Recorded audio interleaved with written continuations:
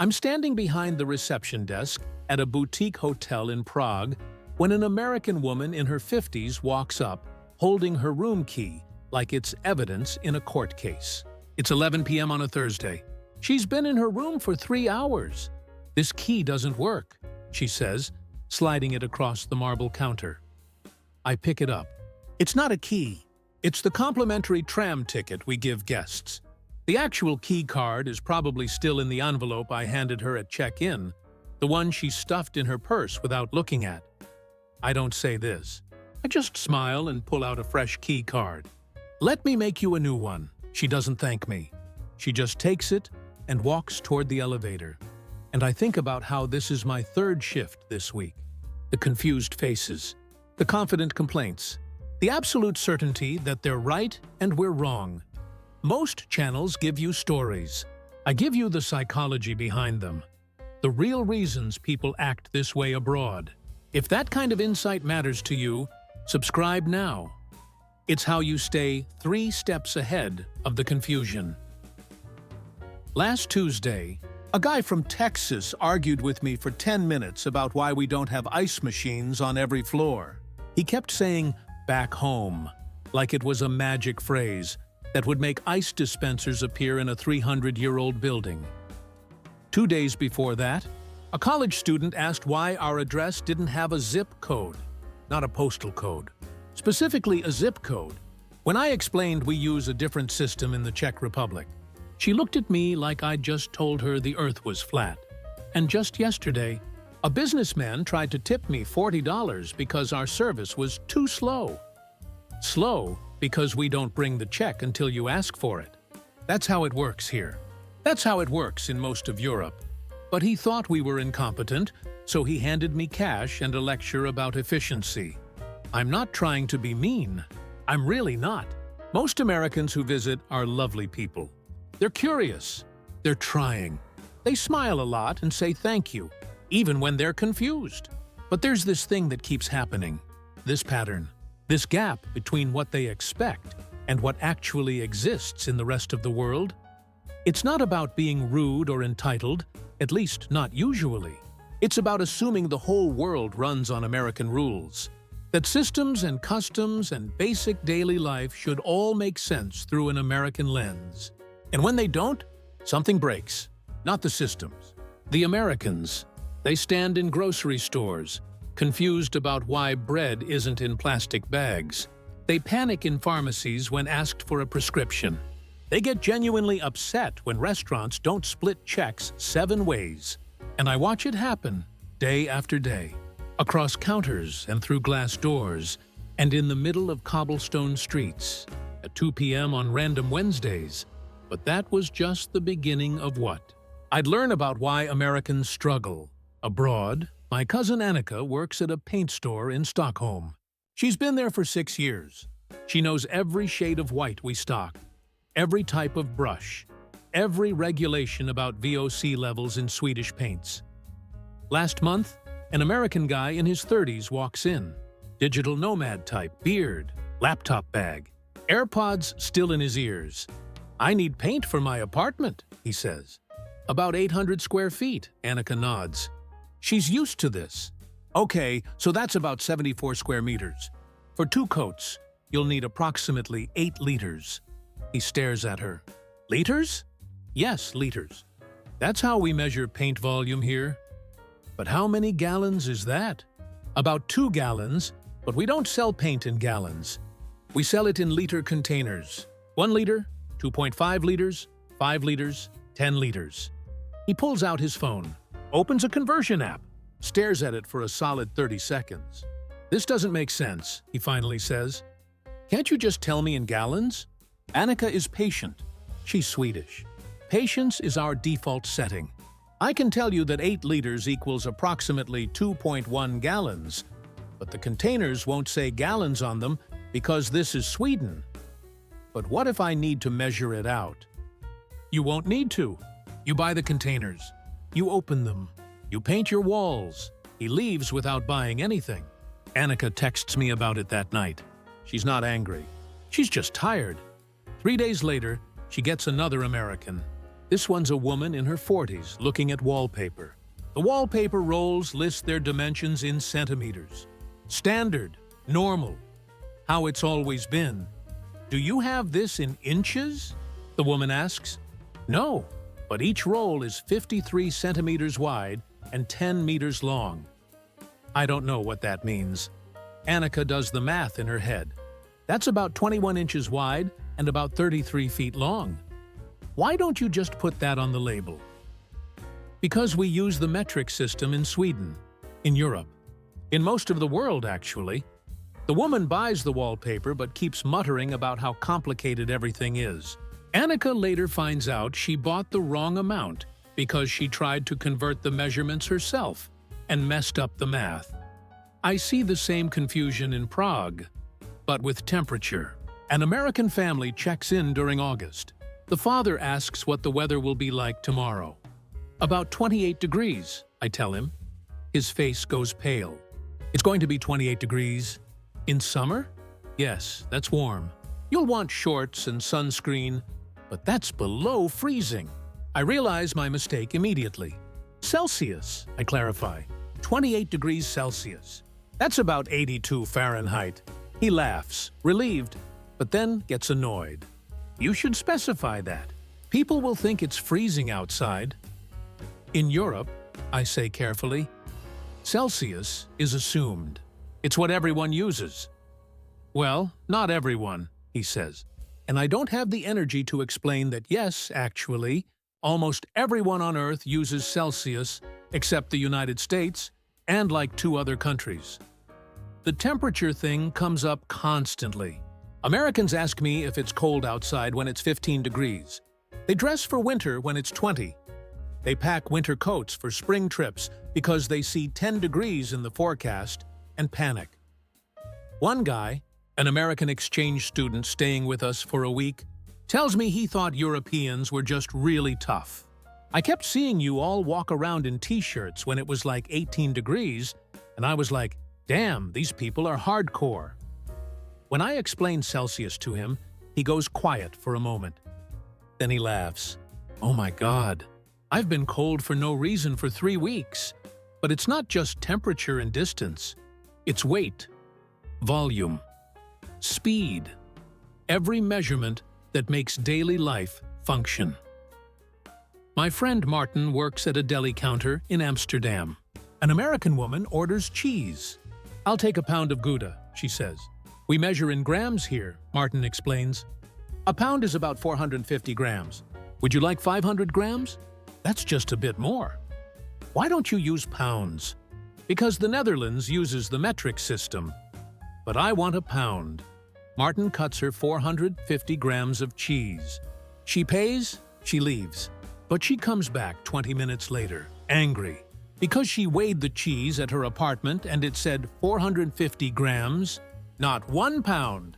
I specifically asked for a pound, she says, and I gave you 450 grams, which is a pound. But it says grams on my scale. Martin just stares at her. He doesn't know what to say. The scale is correct. The cheese is correct. The only thing that's not correct is her expectation that the entire country of the Netherlands should operate in imperial units. She demands a refund. Martin gives it to her. She takes the cheese with her anyway. This is the pattern. It's not that Americans can't learn metric. It's that they don't expect to have to. They walk into foreign countries with the assumption that their system, their measurements, their way of quantifying the physical world should be universal. And when it's not, they don't adapt. They argue. I have a friend named Yuki who works at a small family restaurant in Osaka. Tiny place. 8 tables. Her parents run the kitchen. She handles the front. An American couple comes in around 7 p.m. on a Saturday. Both in their 60s. They're polite. They smile. They bow a little when they walk in, which is sweet, even if the angle is wrong. Yuki seats them, brings them menus. Green tea, the standard welcome. They order. Ramen for him, tonkatsu for her. The food comes out 15 minutes later. Perfect timing for fresh-made ramen. They eat. They seem happy. They're taking photos. Everything's fine. Then they finish. They put their chopsticks down. And they sit there. 5 minutes, 10 minutes, 15 minutes. Yuki checks on them. Was everything okay? Oh, it was wonderful, the woman says. Just waiting for the check. This confuses Yuki because in Japan, you don't wait for the check.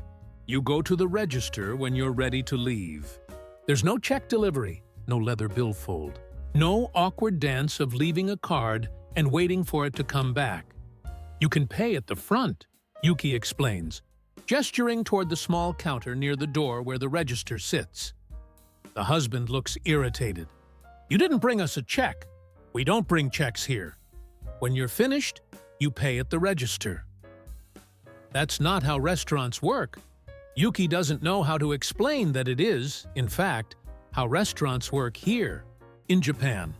Where they currently are, I apologize for the confusion, she says, because that's what you say in Japan, even when you're not confused and the other person is. They pay. They leave. No tip, which is fine because tipping isn't done in Japan. But they're clearly annoyed, like the restaurant failed them somehow. 2 weeks later, Yuki gets an American guy in his 20s, solo traveler. He orders Karaage and a beer. When Yuki brings the food, he stops her. Can I get some ranch dressing? Yuki blinks. Ranch dressing? Yeah, for the chicken. We don't have ranch dressing. We have ponzu sauce or mayonnaise with a little soy sauce. But it's fried chicken. Yes, Japanese fried chicken. Don't you have any American condiments? Yuki does not have American condiments. This is a Japanese restaurant in Japan. But she's polite, so she offers him what they do have. He reluctantly accepts the ponzu sauce and spends the next 10 minutes eating his chicken with a disappointed expression. Before he leaves, he asks where the water fountain is. There is no water fountain. Yuki brings him water in a glass, like she's done 3 times already during his meal. He seems baffled by this. You don't have anywhere I can just fill up my own water? We bring you water, Yuki says, but what if I want more? You ask, and we bring more. He looks at her like she's just described a deeply inefficient system. He doesn't ask for more water. He just leaves. The service confusion isn't unique to Japan. My friend Hassan works at a cafe in Dubai. Expensive place. Marina view, mostly tourists. An American woman in her 30s orders a cappuccino. Hassan makes it, brings it to her table with a small cookie on the side. Complimentary. That's how they do it there. She takes 1 sip and waves him back over. This is cold, she says. Hassan knows it's not cold. He just made it 90 seconds ago. But he stays professional. Would you like me to make you a new one? No, I want this one heated up. I can make you a fresh cappuccino. That would be better than reheating this one. I don't want to waste it. Just microwave it for 30 seconds. Hassan does not want to microwave a cappuccino. No one should microwave a cappuccino. It destroys the foam. It separates the milk. It's a crime against coffee. I really recommend a fresh one, he tries. Just heat it up. He takes the cup to the back. He microwaves it for exactly 30 seconds, hating every moment of it. He brings it back. She takes a sip, makes a face. This tastes weird now. Hassan wants to scream, but he just smiles. Would you like a fresh cappuccino instead? No, I'll just drink this. She leaves him a 1 dirham coin as a tip. That's about 27 cents. For the trauma of microwaving espresso. But sometimes the confusion goes the other way. My cousin works at a hotel in Copenhagen. A middle-aged American man checks in and immediately asks where the concierge is. I'm the concierge, my cousin says. She's wearing a name tag that says concierge on it. No, I mean the concierge desk, where someone can help me book tours and make reservations. Yes, that's me. I can help you with that right here. He looks around, confused. But where's the desk? The big desk with all the brochures and the phone and everything? This is the desk. She gestures to the sleek minimal reception counter. But you're just the front desk person. I'm also the concierge. In smaller hotels in Denmark, it's often the same person. He doesn't believe her. He asks to speak to a manager. The manager comes out and confirms that yes, my cousin is indeed the concierge.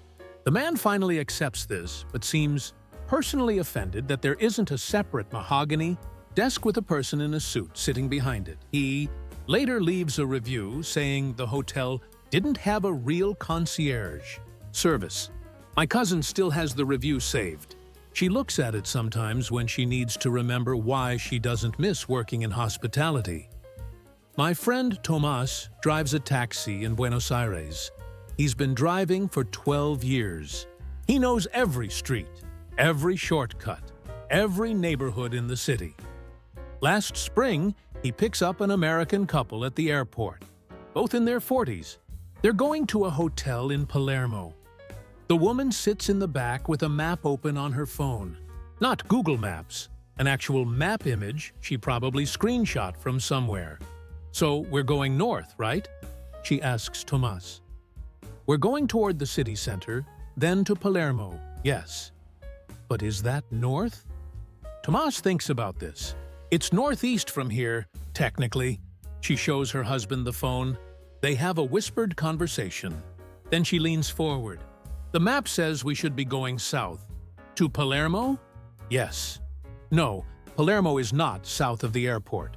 But the map shows it below the airport." Tomas realizes the problem. The map is upside down, or she's holding it wrong, or she's confused about where they are. He's not sure which. "I've been driving this route for 12 years, he says carefully. "I promise we're going the right direction." The woman doesn't say anything else, but she keeps checking her phone every 2 minutes. She keeps looking out the window like she's expecting them to suddenly be going the wrong direction. Her husband eventually tells her to put the phone away. They ride the rest of the way in tense silence. When they arrive, she doesn't tip. Not because Argentina doesn't do tipping the same way America does, but because she's convinced Tomas took them on a longer route to charge more. He didn't. He took the fastest route. But she'll never believe that. I see different versions of this in Prague. Americans asking me why the Charles Bridge isn't on the map when they're literally standing on it. Americans confused about why Old Town Square isn't marked on their GPS. Americans who think Prague is in Russia or Poland or somewhere near Germany. One American student asked me how far Prague was from Paris. I told her about 1,000 kilometers. She asked how long that would take to drive. I said about 10 hours, depending on traffic and border crossings. "But France and the Czech Republic are both in Europe," she said. "Why would there be border crossings?" I explained the Schengen area to her. She still seemed confused. She'd assumed Europe was like American states, just open borders everywhere. No concept that countries still exist with their own laws and systems and identities. But the worst geography confusion I've seen came from my friend Linnea, who works at a museum in Reykjavik. She handles ticket sales and gives directions. An American man in his 50s walks up to the counter. Confident, loud, happy. "I want to buy tickets for tomorrow," he says. "Certainly. For the museum or for one of our tours?" "No, for the Northern Lights tour." Linnea pauses. "It's July." Late July. The sun barely sets in Iceland in July. The Northern Lights aren't visible in summer because you need darkness. Real darkness. Not the weird twilight glow of Icelandic summer nights. The Northern Lights tours don't run in summer, she explains. You can see them from about September to April, but not now. "But we're in Iceland." "Yes, but the Northern Lights require dark skies. In summer, we have almost 24 hours of daylight." That doesn't make sense. Iceland is in the Arctic. It's near the Arctic Circle, yes. That's why we have midnight sun in summer. And that's why you can't see the Northern Lights right now. The man looks at her like she's personally canceled the Northern Lights just to ruin his vacation. "I came all the way to Iceland to see them. I'm very sorry, but it's not possible in summer. If you'd like, I can recommend other tours, and..." This is ridiculous. Everyone knows Iceland has Northern Lights in winter. In darkness, he leaves angry. Linnea finds out later that he leaves a negative review on TripAdvisor saying the museum lies about Northern Lights availability. The museum doesn't even run Northern Lights tours. They just exist in Reykjavik, and sometimes tourists ask them questions. But facts don't matter when someone is this convinced they're right. My friend Kofi works at a safari lodge in Kenya. He's a guide. He's been guiding for 15 years. He knows the savannah like Americans know their own backyards. He's leading a tour when an American woman in her 30s asks if they'll see polar bears. Polar bears? Kofi asks, sure he misheard. Yes. Are they common here? This is Kenya, in East Africa, near the equator. Right, but don't polar bears live in Africa? Kofi takes a long breath. Polar bears live in the Arctic, very far north, the opposite end of the Earth from here. But I thought... She trails off. She doesn't finish the sentence. Kofi is kind about it. He explains Arctic versus African wildlife. He doesn't make her feel stupid. But later, over dinner with the other guides, they all share stories about Americans asking about penguins in Kenya. Penguins are Antarctic, and some live in South Africa, but not Kenya. About kangaroos, that's Australia. Tinderfeet, about whether they can drive to Egypt for the day. Egypt is 4,000 kilometers away. It's not that Americans are dumb.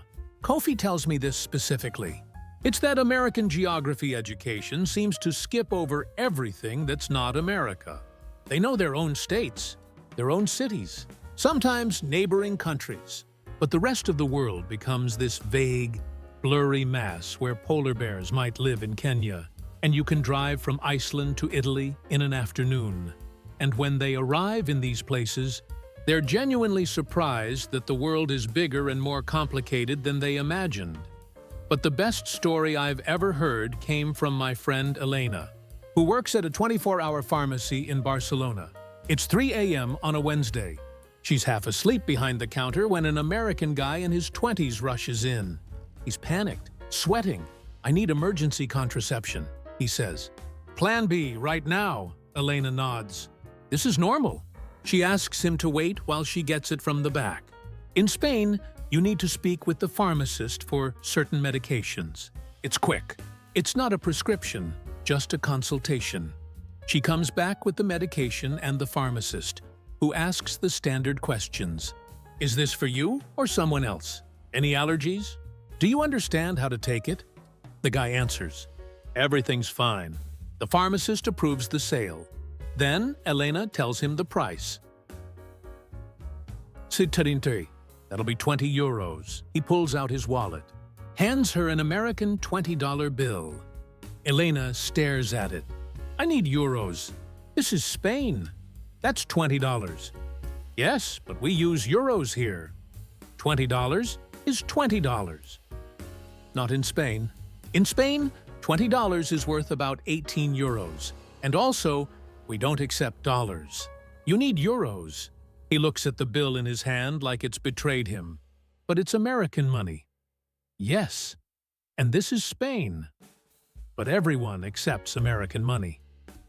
No, Elena says patiently. They don't. You need euros. There's an ATM around the corner. He stands there for a solid 30 seconds, holding his dollar bill, looking between Elena and the medication like the solution will appear if he stares long enough. Finally, he leaves. He comes back 10 minutes later with euros. He pays, he takes the medication, and as he's leaving, he turns back and says, "You guys should really start accepting dollars. It would make things easier." Elena tells me this story 6 months later over coffee in Prague. We're both exhausted. We've both seen hundreds of confused Americans. We've both spent countless hours explaining things that seem obvious to us, but apparently aren't obvious to people who grew up in a country that's so large and self-sufficient. They rarely have to think about anywhere else. And here's the harsh truth. Americans don't struggle abroad because they're dumb or rude or entitled. They struggle because they've never had to adapt. Their country is huge. Their systems work for them. Their money, their measurements, their customs are all they've ever needed. But the rest of the world doesn't run on American rules. And when Americans leave their bubble, they're surprised, frustrated, sometimes angry. Not because the world is wrong, but because they never expected it to be different. And these stories, they never stop coming. Every shift, every day, every confused face at my reception desk in Prague, holding a tram ticket and asking why their room key doesn't work.